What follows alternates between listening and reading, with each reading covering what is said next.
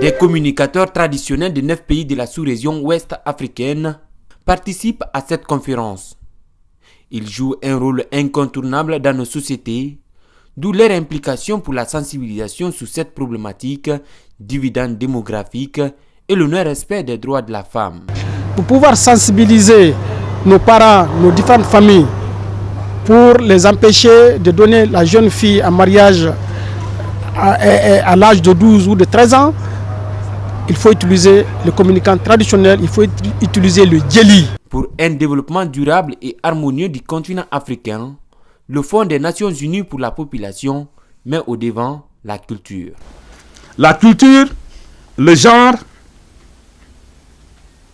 la communication et les droits de la personne doivent s'exprimer dans une interaction susceptible de permettre à tout un chacun de participer librement et activement à ce processus visant à améliorer les conditions de vie sociale. La culture, base de développement durable, ne doit plus être réduite aux seules traditions et coutumes. Elle est bien au-delà parce que c'est la conception que les membres d'une société donnent au monde et à la vie en fonction de leur contexte et des réalités du moment.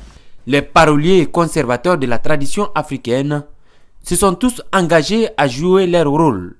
Ils promettent de sensibiliser sur le mariage précoce, la santé sexuelle, les grossesses non désirées et d'autres fléaux qui empêchent le développement. Il est constaté que depuis un certain temps, il y a des grossesses précoces, des mariages précoces, des morts d'enfants et des femmes à l'accouchement.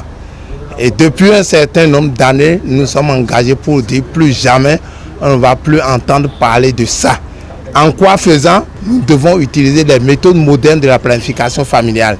Durant 3 jours, les capacités de ces communicateurs seront renforcées pour les permettre de mieux atteindre leurs cibles.